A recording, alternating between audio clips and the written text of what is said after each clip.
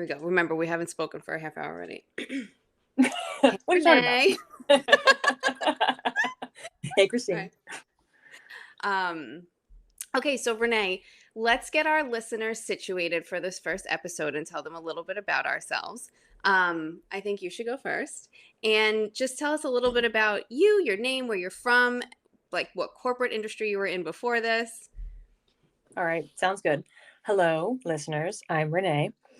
I currently live in Massachusetts. I am 29, going on 30, and I was in healthcare data, I guess is the most succinct way to say industry. Healthcare data. Every time I heard data from you, I always thought of Chandler from Friends. And I was like, she's in like data processing or analyzing, whatever he did. What about you? So my name is Christine. I live in New York. I am 36 years old. We're actually 7 years apart, which I feel like is going to come up as a very important number as we continue through this series. And my industry was finance. I was specifically in electronic trading, which was a very interesting place to be. As in challenging? I feel like that needs a lot of unpacking. Yeah. Women in It was finance in general. Yeah. The culture was challenging. The work was challenging. I enjoyed the work. I enjoyed a lot of people I worked with. And there were some people that I just didn't enjoy working with so much. Mm-hmm. It's definitely to all the women out there who are working in a male dominated field. I see you, I hear you, you're not alone. And you're kicking ass because I feel like that's something I would have loved to hear every day. So now that we know where we've come from recently, let's go way back and talk about our first intuitive experiences because as we've both learned, being an intuitive is not something that just turned up one day in 2020. It's actually something we've known about our whole lives. Renee, why don't you share with us what your first intuitive experience that you can remember was? First thing actually that's coming to mind, which I don't know, I find surprising because I wouldn't have thought I would say this as the first one, but I just remember like kind of looking up and I saw, like actually saw what looked like kind of an angelic figure. I just bolted upright. What was that? Like, I just saw something.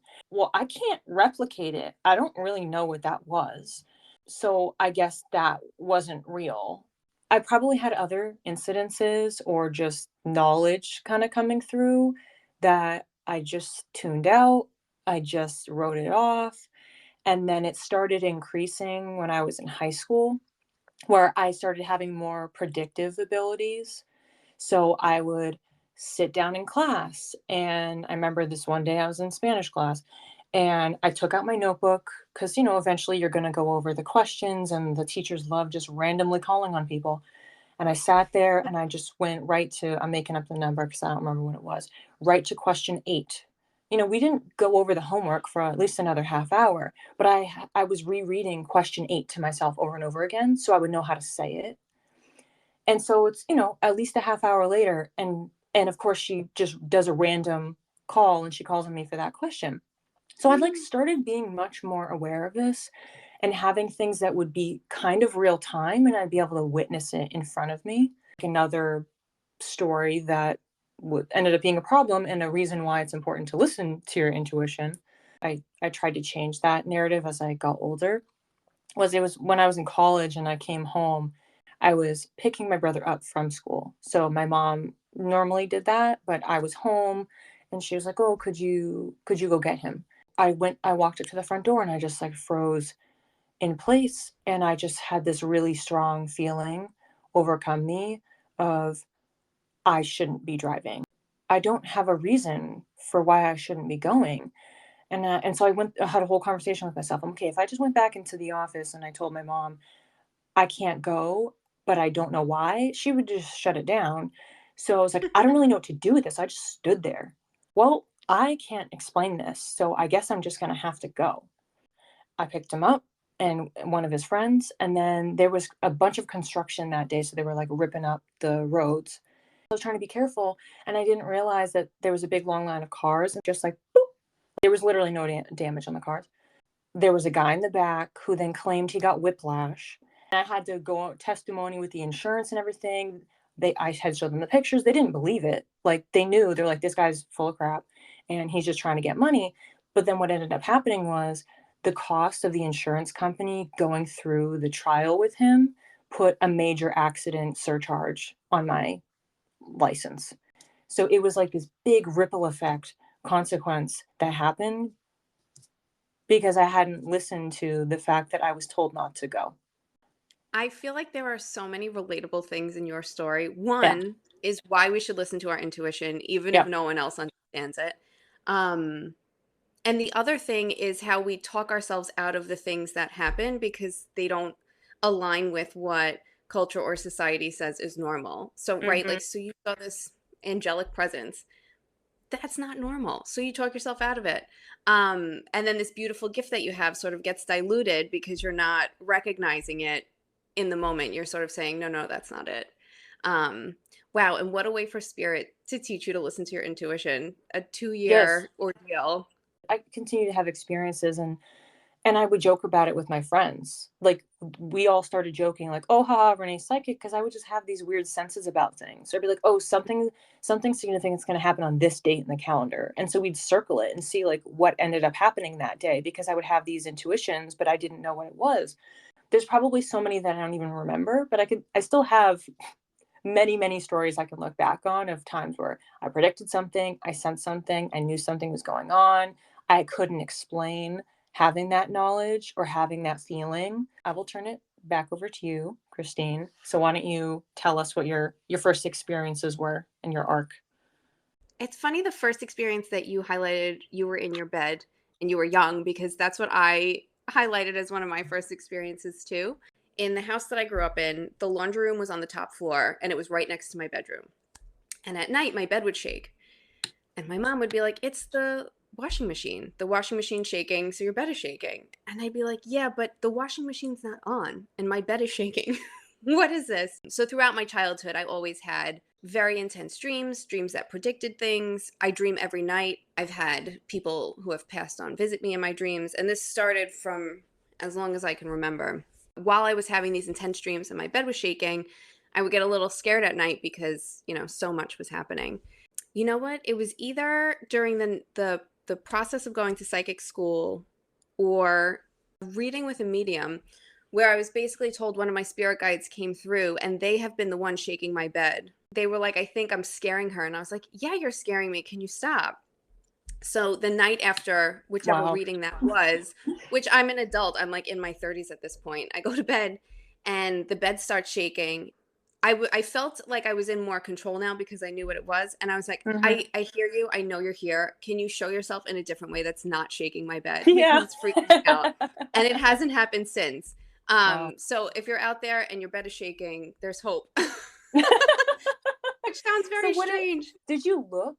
Were you looking at like the bedpost versus the wall and you were literally seeing that the bed was moving? Or was it just that you had the sensation that it was shaking? From what I remember, I definitely felt the sensation, but it was always when it was dark in my room, so I never. Mm, And then once it was shaking, I was not getting out of that bed. If there was yeah. something under the bed, I was not Yeah. interacting with it. And then going back to the dreams were kind of interesting. One dream that stands out and I still remember to this day, my grandmother, who is now one of my guardian angels, passed away when I was in middle school. And I went to sleep one night and I had a dream that my dad was telling me, like, my grandma who had passed was on the phone or she was here to see me.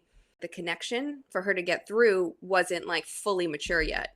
So I couldn't fully hear her. And over time, the connection would get more and more clear. So even though I went through life like you, sort of tampering down my experiences or talking myself out of them, in my dream state is where all of these messages would come in because I didn't tamper them down there. And I thought it was normal. I thought people dreamt and spoke to their deceased relatives all the time in their dreams. And final story, I'm like, "Dad, I had a really weird dream, but I'm just going to tell you what it was." Aunt Rose, in the form of a chicken cutlet on a plate with mashed potatoes, told me she has your friend Bobby. And his mouth dropped. He turned a little pale. He's like, "Christine, my friend Bobby just passed away." And that was his favorite meal that Aunt Rosie made. And I was like, Oh. And I was young. I had to be in like middle school or early high school when it happened. Those are like odd things to explain to other people who aren't into it. Yeah, totally. I love those stories. I can definitely connect. We're going to have a future episode as a tease on dreams, and I can relate Mm, to a lot of what you were talking about. Um, and I also think I had some similar, almost mediumship like experiences of just definitely over the years sensing a presence. But I thought I was just a little kid who mm, was getting scared because I had watched a movie or a trailer and it was like freaking me out or something, yep. and not realizing, okay, I probably was walking home from school and there was somebody with me, but I didn't know who it was. Super, super interesting. So the next thing that we wanted to talk about was we have all these experiences, we're writing them off over the years, they're kind of starting to escalate. We're increasingly talking to other people about them. What happened in your experience where you decided one day, I'm going to research a psychic development program and sign up? Well, uh, for me, I wasn't even researching it. So this was a probably 2020. We're all locked in our homes and, we're working from home. Those of us who had the ability to do so, I was one of them. And just thinking about what's really important in life, it's not work. Work is not the most important thing in my world, which had been for a very long time. And I was looking at different resources to sort of understand, like, okay, what comes next? Because for me, what came next was always the next promotion, the next role, the next education. It was never like, how do I be happy? I signed up to work with a life coach for 3 months. And I feel like I'm very neutral about the experience. It wasn't what I needed. After I finished the 3 months, I didn't want to continue because I felt like I needed something different. I don't know when I started following Nuurvana. It might have even been like a Daily Candy article. I know that Deganit, the woman who founded Nuurvana, references this all the time. I was a Daily Candy subscriber, but I had been following Nuurvana for a while, and it just sort of popped up that they had this Trust Your Intuition program. That's how I read it. I think it has another name, but I kept calling it the Trust Your Intuition program. Hmm. And I was like, oh, this is interesting. And I would read up about it. And the premise of the program was to learn how to trust your intuition because you're probably psychic. But I didn't get past the first part. I just thought, whatever happens here, I'm probably not psychic, but I will learn how to trust my intuition more so I can make better Mm. decisions, right? I can find more fulfilling roles in my job. I can find more fulfilling people and relationships. I can stop second guessing my decisions or wondering if I made the right one. Fine. So I end up signing up for the program. And it turns out we get to the portion where we're doing psychic readings. And I'm like, oh, I am psychic. And not only am I psychic, it comes to me Mhm. easily. So that was the catalyst, like opening up my brain for all of the emotions and things that I had tamped down over the years of remember when you had that dream? And remember when you had that gut feeling and you followed it and it was correct? And remember when you didn't and it was also correct? That was your intuition. And that intuition was actually your psychic ability. So what happened for me was, so it was January, in and around January 2020. So the dawn of COVID. Mm, And I don't know why, but I just had this nagging, which now I know was an intuition, and messages from my guides of maybe I'm actually intuitive. Maybe there's something to this. I don't know why. I started thinking about it a lot. And then I think somewhere in the same time period, probably the same January 2020, my now stepdad, we were just having a chat in the kitchen one day, and I don't even know what we were talking about. And he just looked at me and he was saying something to the effect of, well, what if you're actually intuitive? Or like, you seem like you're really intuitive. Like, maybe you should look into that. Maybe there's something more to it.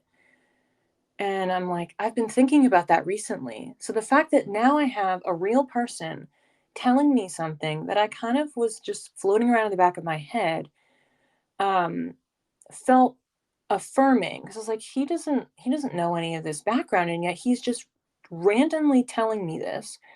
And so what I started doing around the same time was I was looking at podcasts because your girl loves a podcast. So I was like, okay, there's got to be a podcast on intuition. So I started following the first one that came up, which was So You Think You're Intuitive with Natalie Miles.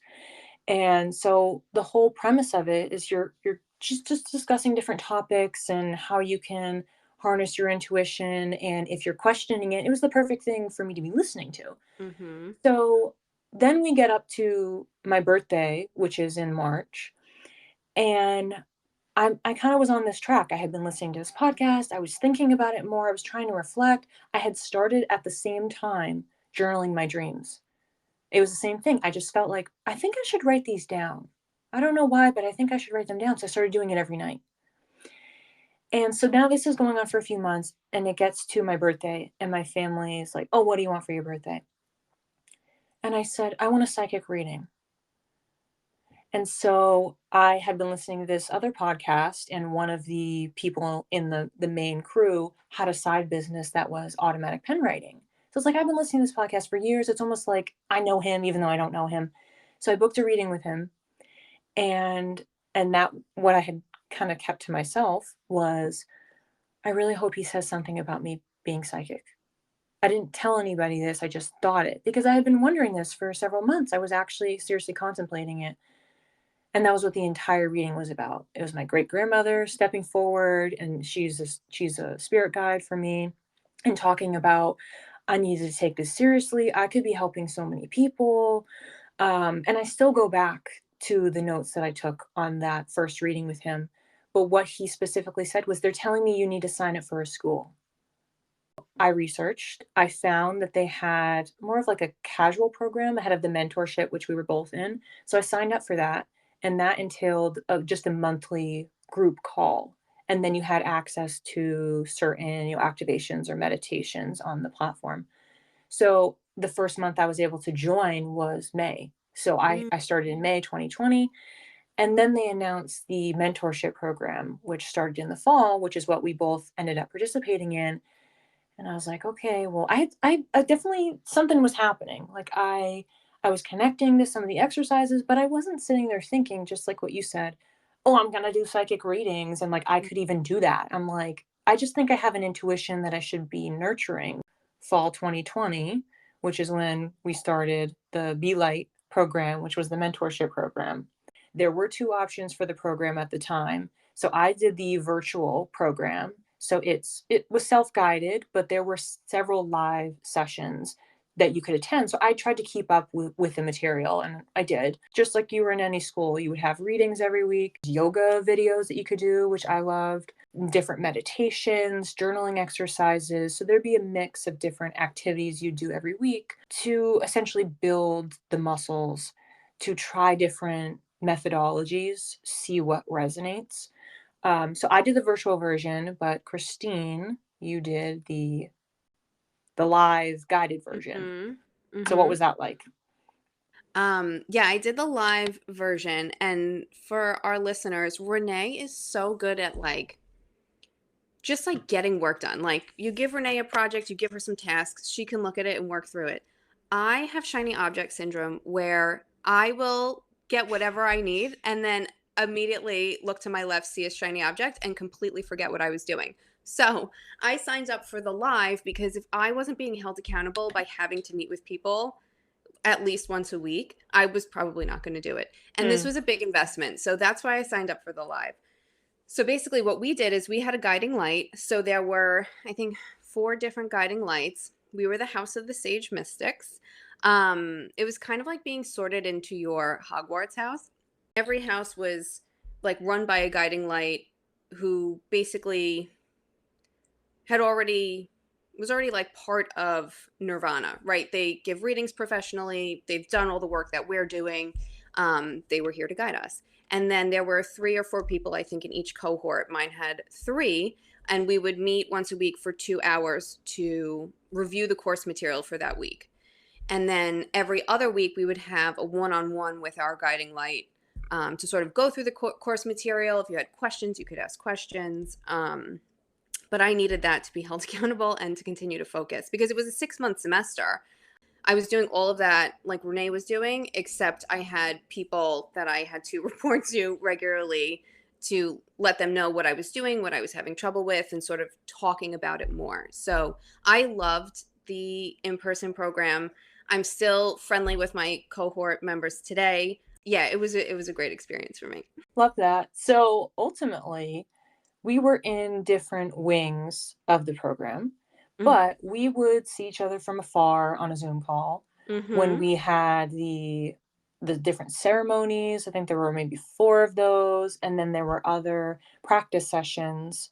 We would practice different techniques and reading in an observed setting and get feedback. And so we were at some of those. Also, the that intensive that was in the spring. Did you Yes, participated in that, right? the healing labs, Yeah. yeah. I don't remember who I read. Yeah, because it was a Oh, that's combination of we read mhm. students, but then we also had another event where we were able to bring guests in, and so then you were doing so I know I did both. So there was something where, like, I read a peer, and I don't remember. I know that you were there because I remember it was a small enough group.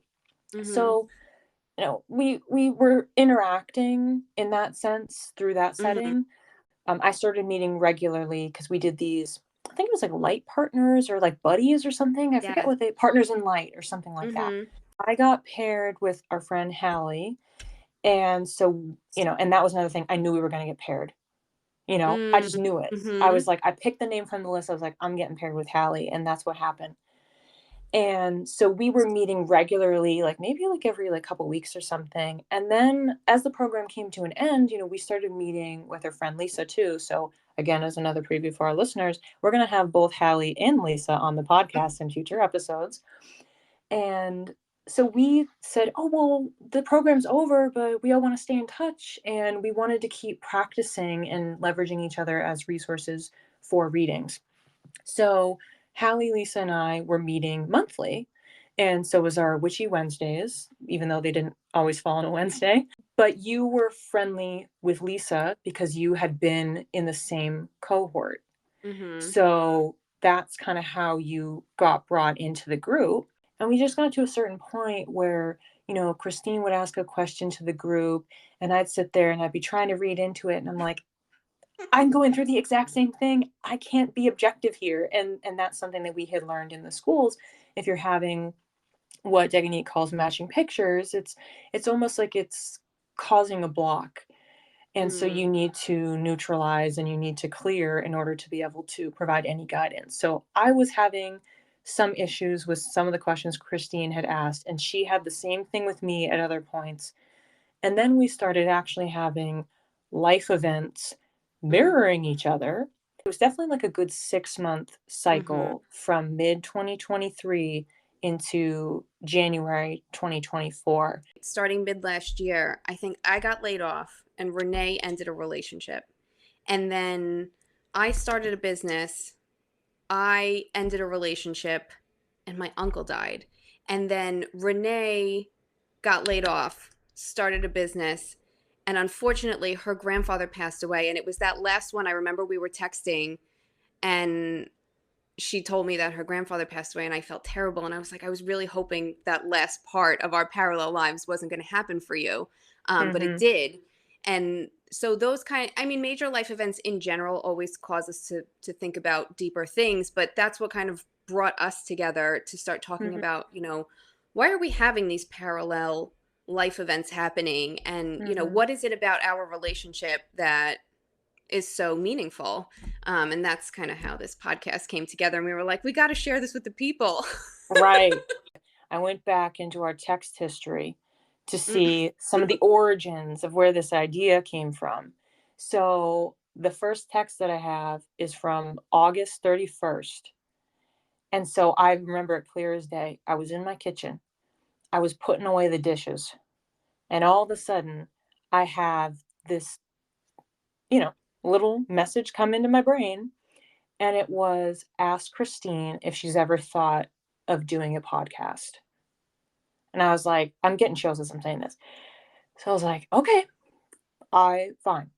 I've learned enough by that point. If I have messages coming in, it never hurts to say something. You never know.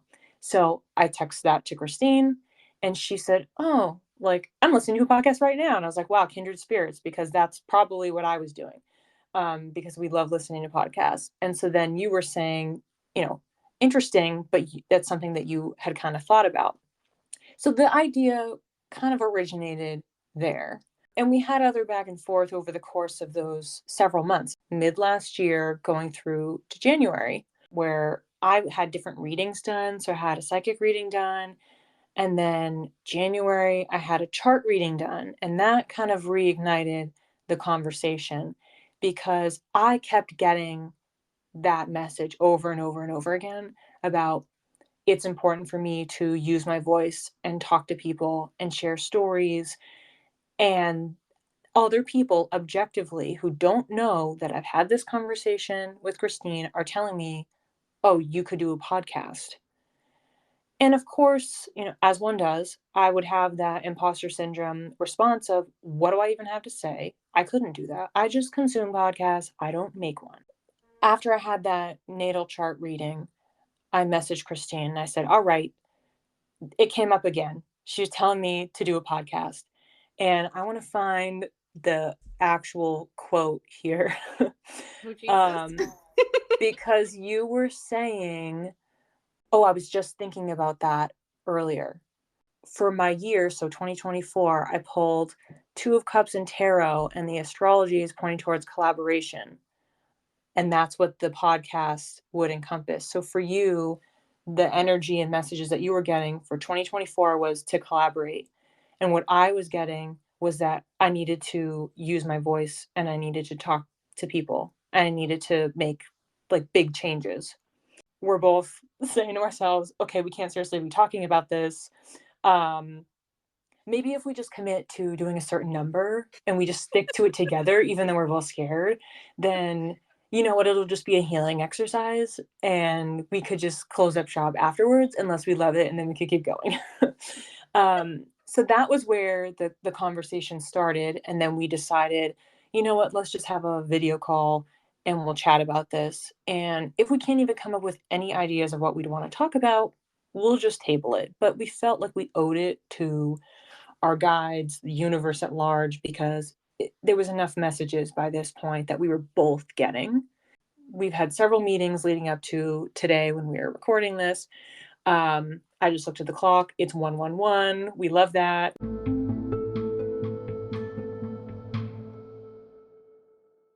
We wanted to touch on what the format of the show will be. Christine, you want to give a little overview for that? Yeah, sure. So at the end of every podcast, we're going to channel a message for our listeners, which is the collective. So if you're listening to this, when we do these collective readings, take what resonates, leave what doesn't. And our process for doing readings is we basically will get into we call it our psychic space. We get into our mind's eye and we sort of get neutral in our emotions and we'll channel into the energy of the collective. So during a psychic reading, I feel like what makes our readings so great, I'm going to use the word great, is that we channel into the energy that we're working with and we co-create with it. So we'll channel into the energy, we'll start seeing images in our mind and we'll share with you what those images are. And then we start to use all of our clairs, so clairvoyance, clairaudience, clairsentience, and we'll start to see, hear, and feel things, and we'll share that with you, the audience. And then at the end of the reading, we usually give our clients a mantra. So we're going to give the audience a mantra. You'll probably get two mantras because there's two of us. I don't think we've ever done a group reading and had the same mantra, but never say never. Mm-hmm. And then at the end of that reading, you can do whatever you want with the mantra. You can repeat it to yourself while you meditate. You can stick it on your mirror and look at it every morning. Or you could listen to it once and say, that was nice, and keep going on with your life. But that's sort of the process for our reading. I was about to be like, do you have any questions? But we're not on with a client.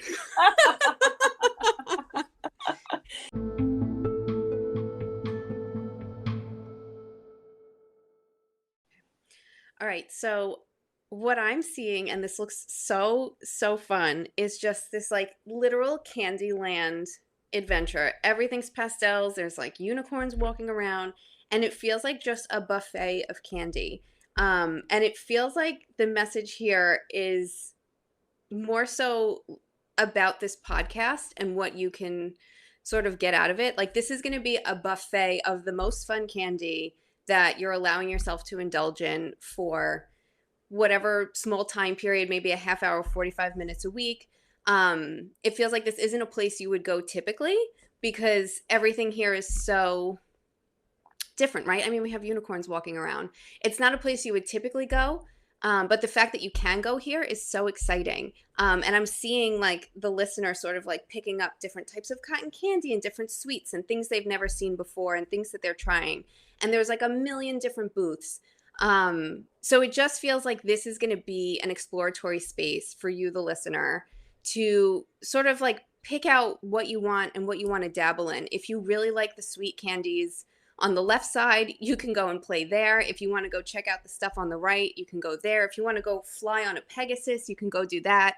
Um, Basically, the message that I'm getting is take what you want from this podcast, have a lot of fun with it, but it looks like you're going to have a really good time cherry picking what you like and what you're learning.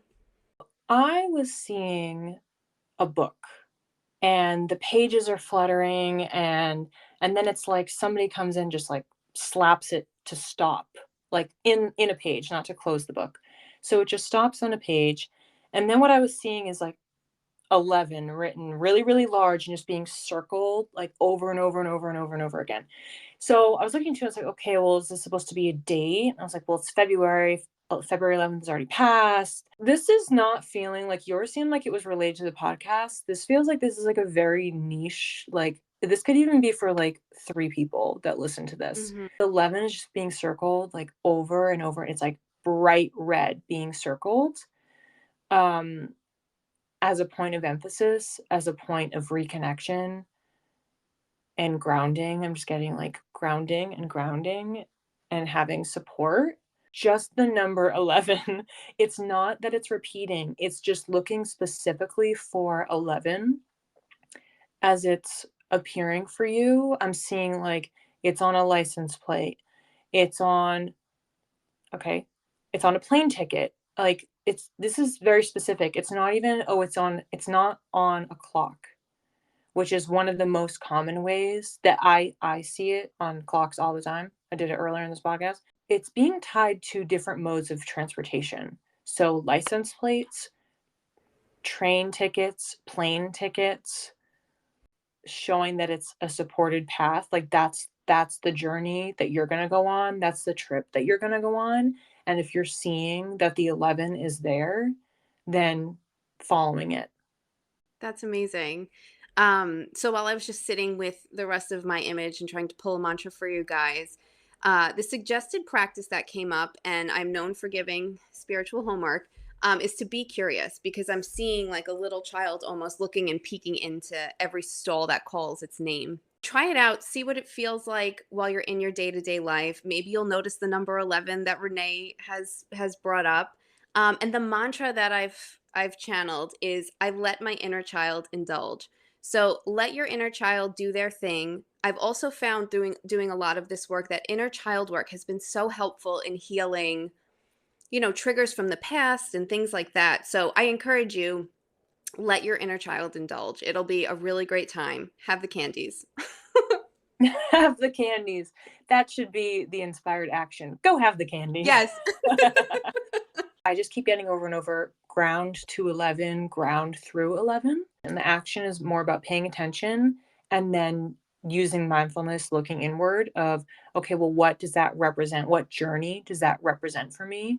Not just, okay, well, this plane ticket is taking me to Maui. What does it mean for you to go to Maui? What grounding does that do for you? So it's more of a call to explore once you see that. So that's the invitation for you to pause and reflect on what that trip, big or small, would be and what that would represent for you. if this resonates with you at all, either of our Yeah. messages or the mantras, feel free to contact us. We do have an email, and it's synergytosynastry@gmail.com. We will be reading anything that comes through. Mhm. We welcome you to reach out and let us know how it's resonated. And you also can ask us any questions. We're happy to even elaborate on anything that we've already talked about today or we Mhm. kind of glossed over. So we can definitely include it, even if it's not specifically related to one of the topics that we've picked, because we want to engage people. The goal here is to connect everybody Mhm. through learning, through communication, through our collaboration, but we want it to be a community for people to have the discourse. Yeah, that was great, Renee. You said it all. Thanks for listening. We hope you'll join us again. You can reach me, Christine, at Channeled by Christine with one L on Instagram. And you can reach me, Renee, at ReneeP326 on Instagram. And you can reach both of us via our Gmail account, synergytosynastry@gmail.com.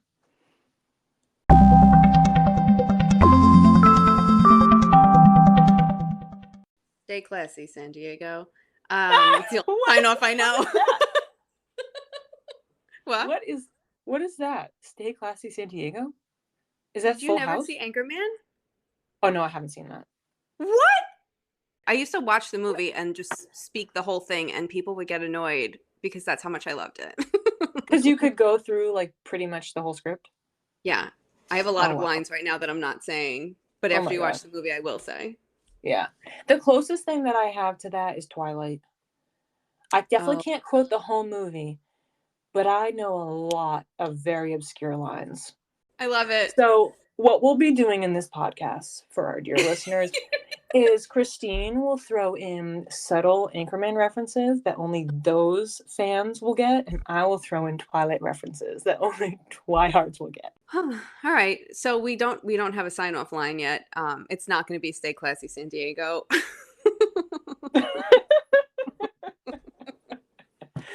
No, Oh. but now we have a mission.